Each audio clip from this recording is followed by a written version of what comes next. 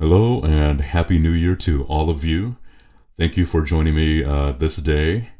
My name is Tu Yang and I do reaction videos, music videos, bass videos, etc.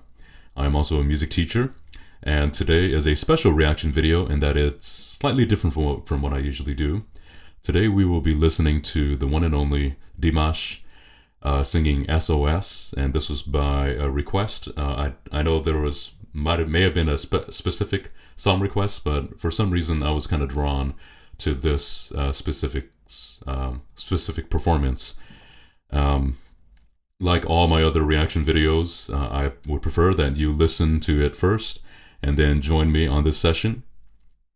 And because we will be listening together for the first time, and what I do is I just download the video and I put it on Logic, as you can see here, and I go from there. It's just a little bit easier for me to function in Logic because I have my keyboard and it kind of shows you the keys that are going on here, and we will listen to, react to, and evaluate this performance. So I can't wait.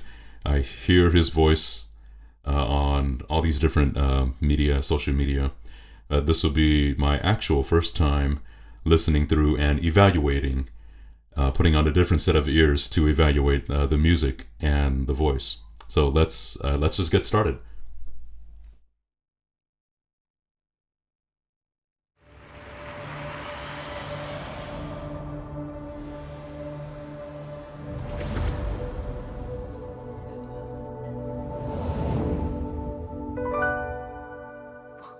Je vis, pourquoi je meurs,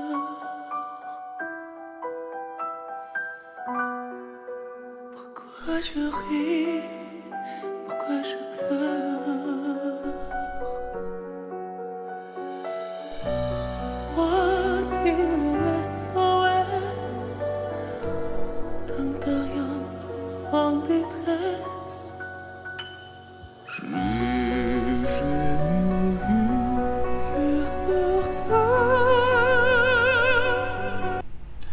Okay, so I'm going to stop right there. What an amazing sound.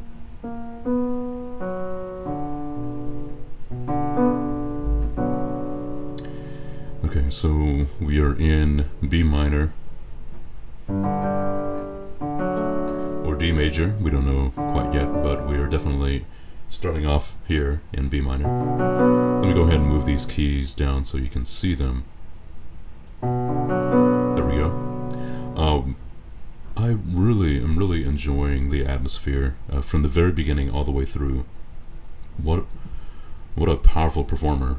Just he knows immediately how to grab the audience. So there's a breathy onset if we listen to the very beginning here. So the voice almost cuts out a little bit, but the air is still activated. And when you listen to singers or to anybody, you know, air is the most important thing, because that's how sound travels. That's how we can move our vocal folds. But I like that the air actually starts, and because he's using a microphone, you can definitely hear it. And I would think that if he were to be off mic, you wouldn't hear it, but you would hear the tenderness of the sound, and not just the breath.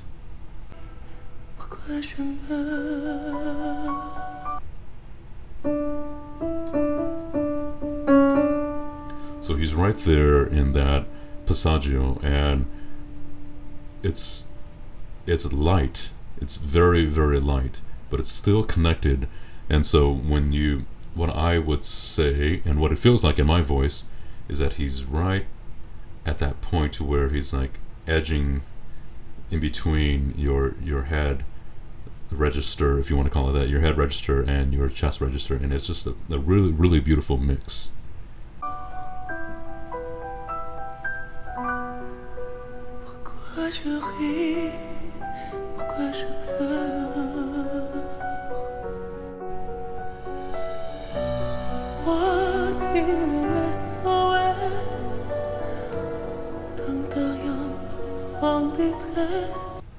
I really like that turnaround there, right?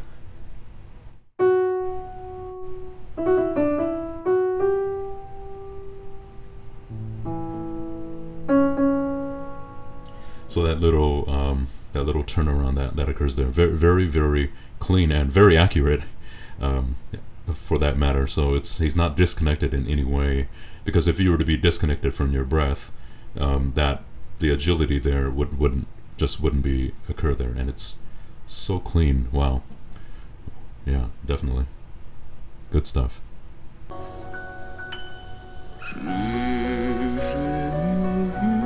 So there is that low, and so he's really that baritone, that bass range, and I love the attention. So you have a minor outline here,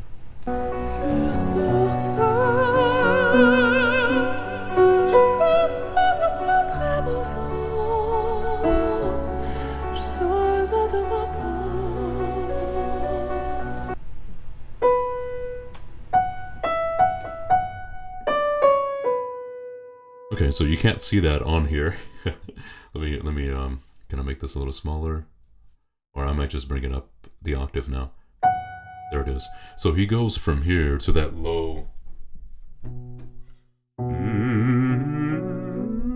and etc. That's way out of my range already, all the way up here to that high F sharp. And the accuracy, what surprises me is actually the way it's connected and how he transforms his voice, but still within context, right? So he's not sounding like a different singer. It's still Dimash's voice, which is very, very interesting to me as a listener and as a music teacher.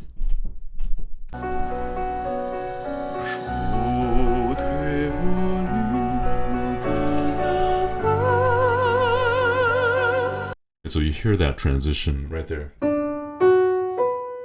where it gets a little bit breathier, and being on mic is very interesting because it captures everything, right? Your breath in, your breath out, the activation of the vocal folds. So he's not what you would call a traditional falsetto where it's breathy and it's disconnected, with some sound, and it's not quite a reinforced falsetto. It's definitely that pure head voice, because you can hear that he can crescendo into it on a high B. So let's move back slightly here. I think that's it.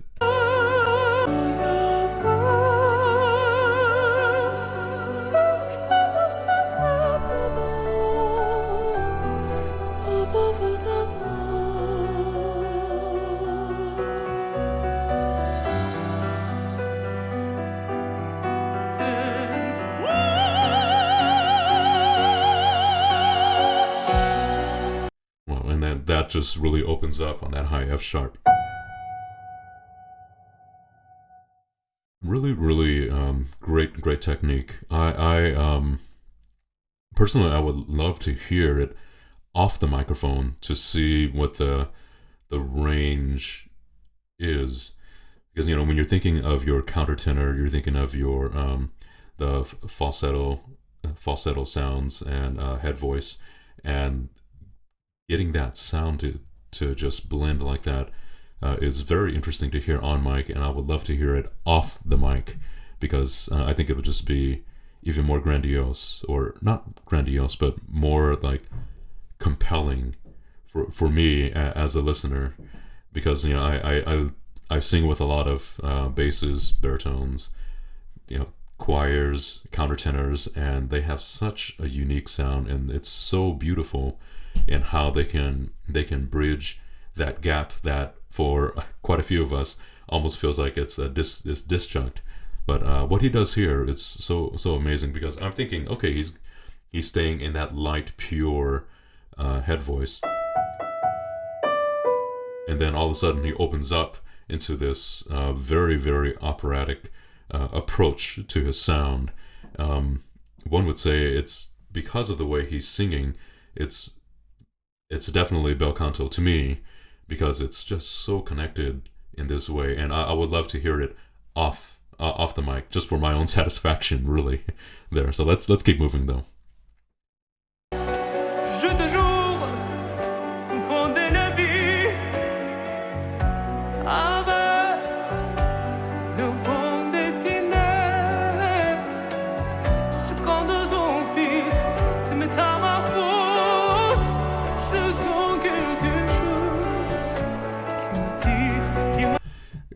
for those of you that don't know, he's staying in this, which is this is like break after break after break for your tenors, basses, baritones.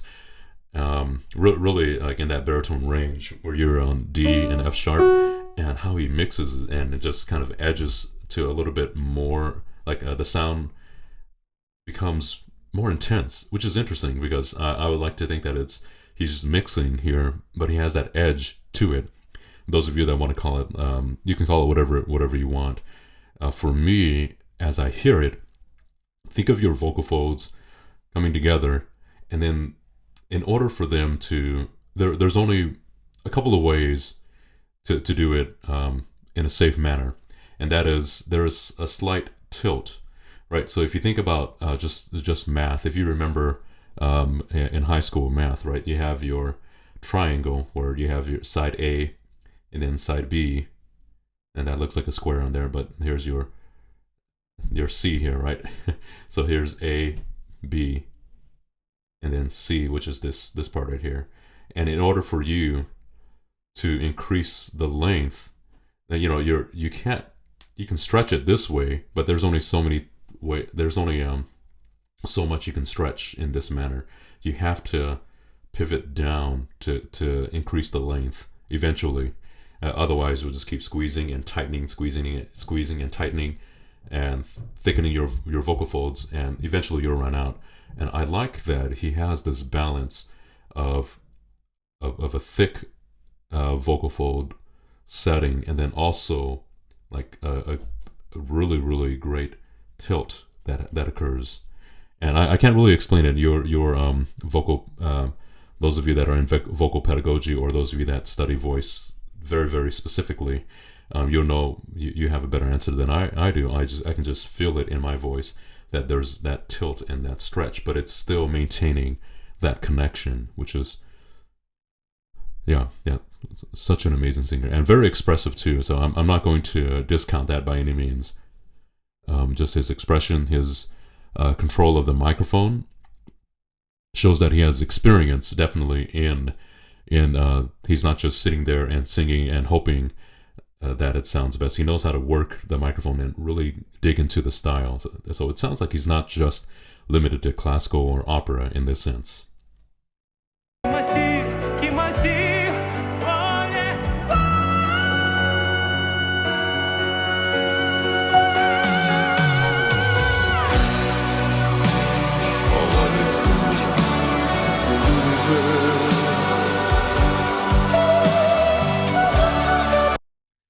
Okay, so we have quite a disjunct range there. Let's see, we have a high F sharp, F5, F sharp 5 there. And it sounds like he was going for the low D. And so we may have some discrepancies here or some disagreements. To me, it does feel like it's approaching that chest fry mix. And part of the reason why I'm saying that is it sounds like it's definitely out of the normal operating range. And it's not to say that he can't reach it or he can sing it fully. I think in preparation, it sounds like, and also those low notes, if you're singing up there that high, those low notes, to be able to give it that much energy, and considering that he's not a full bass but has access to the bass range, is just amazing in itself. And that's a high F sharp, and there's no way I'm going to be singing that for you, but I can sing the D for you. The ascension is what just astounds me. And that it's so pure every single time, and he's like, okay, I'm gonna get it this time, and well, I might not get it this time, and he may be the hardest critic for himself. He may be thinking, oh wow, I could do this better, and we all should feel that way when we sing, that we can always do better, and at the same time just accept the fact that we did well. At least I like to tell myself that, so that I don't dwell on these things. But what I'm hearing is it's just so smooth all the way through. And to me, I feel like that is the essence of bel canto, is to have that connected sound all the way through.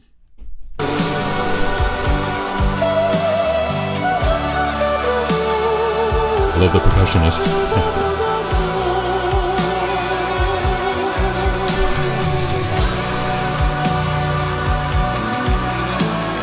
Just a small thing for you, that vibrato. I like that it's also within the operating range of the tempo. And if you listen to any great singer, and specifically conductor, is that they will sync the tempo, especially within recits, aria. They sync the tempo to the singer, at least not beat per beat, or not oscillation in time with it, right? But in terms of where the beat meets, if the vibrato is 6 waves, 6 oscillations per second, or 5 or 7, whatever it is, the conductor will find a tempo, and that you would work this beforehand, of course, that meets that vibrato in every at least on the down point, so that it's not misaligned. And what that does is that it allows the singer to be free to move the vibrato as quickly as needed. Because sometimes when you're singing some of those arias or recits, that those quick moving notes, they have to be in time. And if it's out of sync from your vibrato, you'll feel like you're too slow, or you'll feel like you're too fast. And typically that's where the conductor and the vocalist works together to fine tune that idea. It's like, okay, how much can I give you here? How much can you give back? What can we do? What is your breath preparation? What is your phrasing? And just to me, when I hear the vibrato, is that it's actually in sync with the tempo. So just a small thing for you there.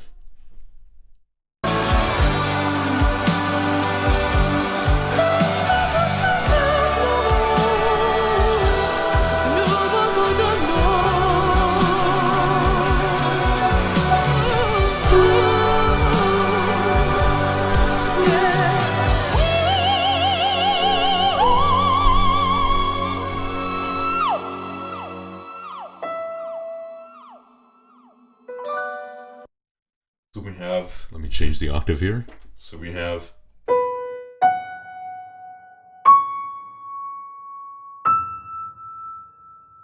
so all the way up to an E6. Let that ring for a little bit there. Let's go back just a little bit here.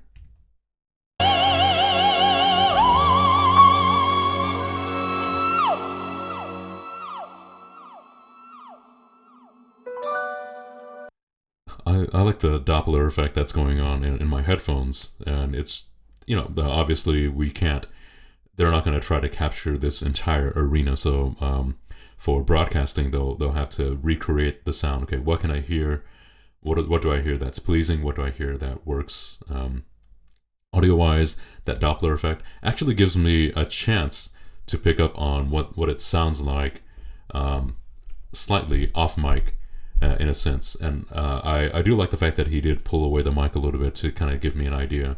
It's definitely there, and it's definitely as loud as you feel that it is. I like the approach on the C sharp. Actually, it's more impactful for me because it's so out of that element. And then raising up to the E, it's almost like it's a final release. So to me, the bulk of the energy actually occurs on the C sharp.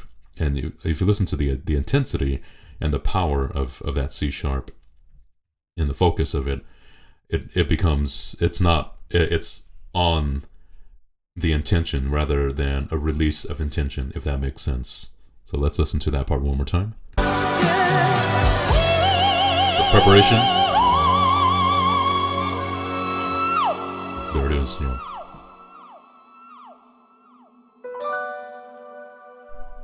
Pourquoi je vis? Pourquoi je meurs?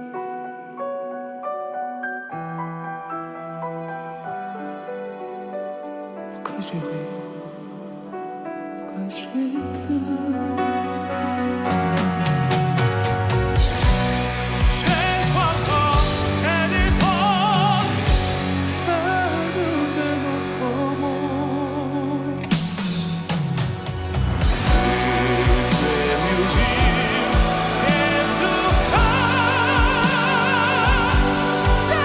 There's that sound. So I was waiting for that sound. Yeah, definitely that approach. So when you hear that, that's a sorry down here. That B4, like wow, such what a grand B4. And yes, it is on mic. Like I said, hearing it off mic will give you the intention and the overall effect of the sound. But the way he's using the mic and the way it's being captured does lend me to believe that he really does have that sound, and it's connected and it's so balanced. So if we go back to what we were talking about, that idea, and Pavarotti also talks about this, where you have that, where you go past that break and you are fresh, you maintain that fresh vocal fold in the middle. And to me, how I interpret that is that it's not so thick that it's pressed, and it's not so stretched that it's thin, but it's also balanced in that there's length and thickness and there's space. So when you pivot down for those high notes, there's now that laryngeal, there's a little bit more space for you and your pharynx as well. And in order for you to maintain that color, you have to really just be connected. It's harder for me to explain because this is not my full area of expertise. I can just give you what I feel and the science that I've learned in the sense. And I would love to delve more into it. But as I listen, it's just there's such a great release. Let's listen to that B2, I believe, all the way to B4, 2-octave jump. And then I believe he goes even higher after that before I stopped it. Right about here.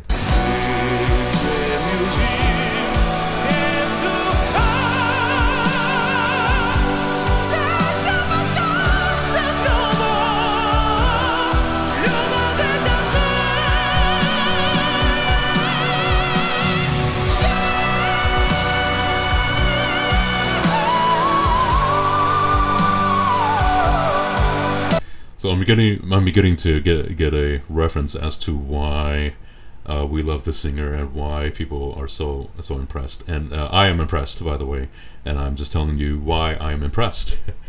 And that the style, the combination of styles. So you have that operatic sounding B4, and then this reinforced chest, if you want to call it.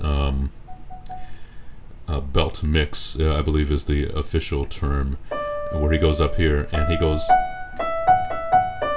where he stays up here in this like territory that is just so intense. The squeal behind that, it's wow. I'm gonna go back just a little bit to hear that.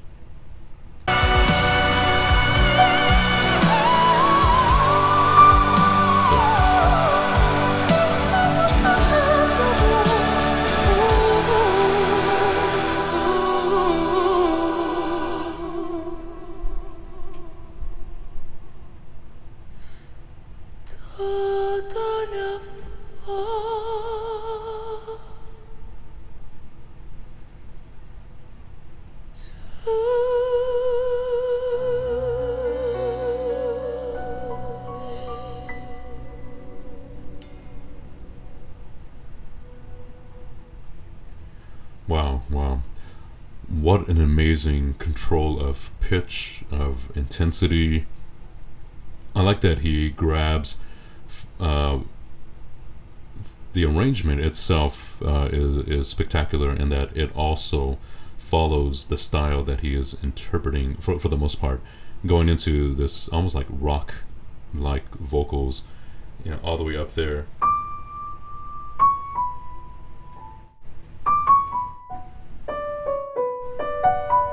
So staying in that area and then having such an amazing control of the belt mix, and then going into, well, like a pure head voice.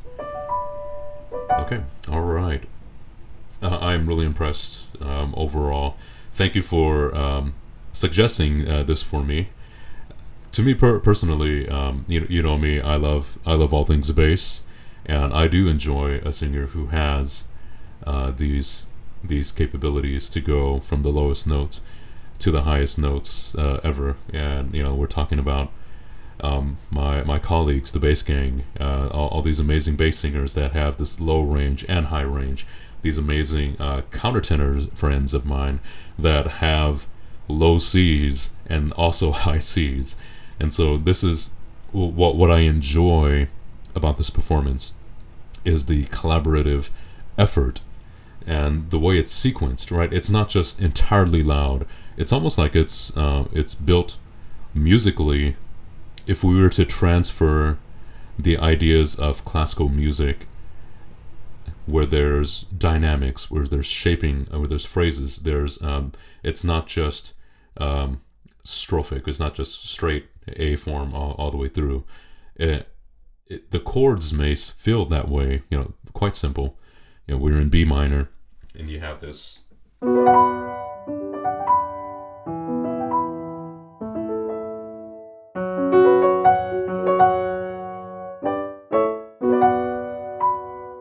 So that's pretty typical in the pop music.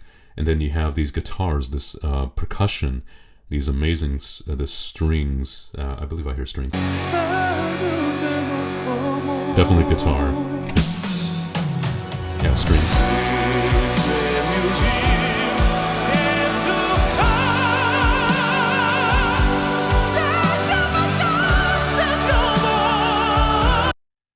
Yeah, and so the performance is so inclusive of ideas, rather than being like, oh hey, look what I can do, which is may or may not be how some people interpret this.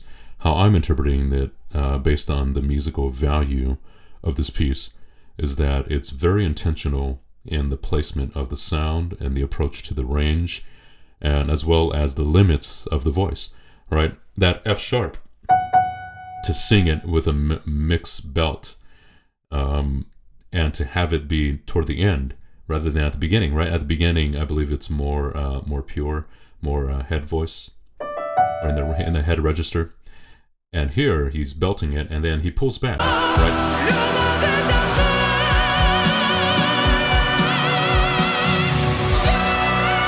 goes up here.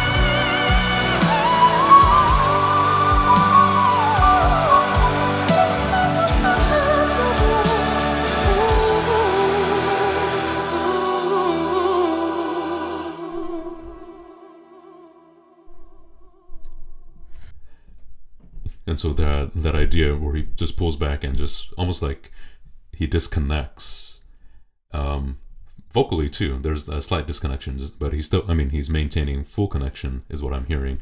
But it feels like it's disconnected to us from having that full on belt, mixed belt idea. And then all of a sudden it's just like a really good mix with a head.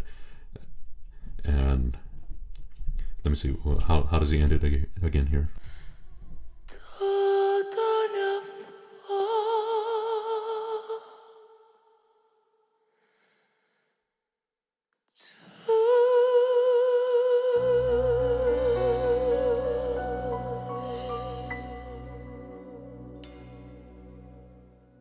So he stops on a 4, that suspension.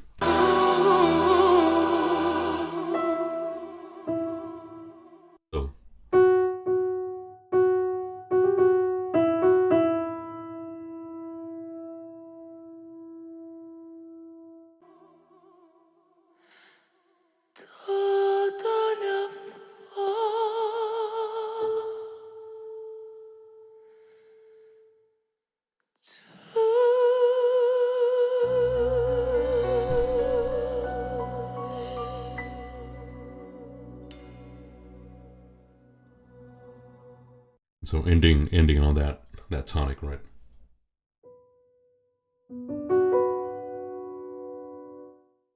So I'm blown away.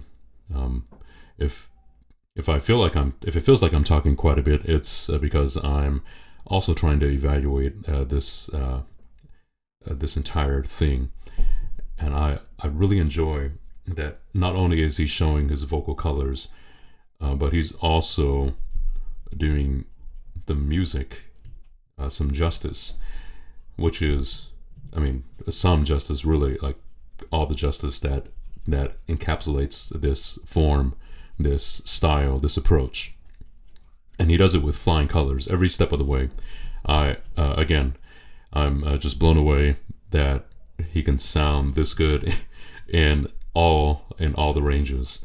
So I think that's about all I have. I'm impressed. Thank you again for those of you that suggested for me to watch this. If you like these types of reaction, this type of analysis, please leave a comment. Let me know what video you'd like for me to do next. I'd like to have these videos be more consistent on this channel. And I also, as an announcement, I have a couple of new channels coming up, and I'll let you know throughout this week, maybe throughout the month as they surface, because, you know, sometimes it may not be just on bass videos or classical videos or individual singers like this. It may be a different style. And I decided for me to separate that so that it'll be a little bit more, you know, it's not quite exactly in this channel, but I still want it to be in a similar format. Well, anyways, thank you so much for your time. We're right about at the 30-minute mark for me. And I'd like to thank all of you. Please, you don't need me to tell you to go and support Dimash, because he's already world famous. But I would like for you to continue to make sure that he gets all the credits that's due to him. Watch his videos, watch his new live performance that's already out on his channel. And I'd like to thank you again for taking your time out of your day to come here. And please subscribe, of course, donate. Do what you can. Give me the opportunity to do more of these things for you by you showing your interest, sharing the video, commenting, doing all that you do best. So thank you so much, and have a wonderful time, wonderful day. We'll see you next time.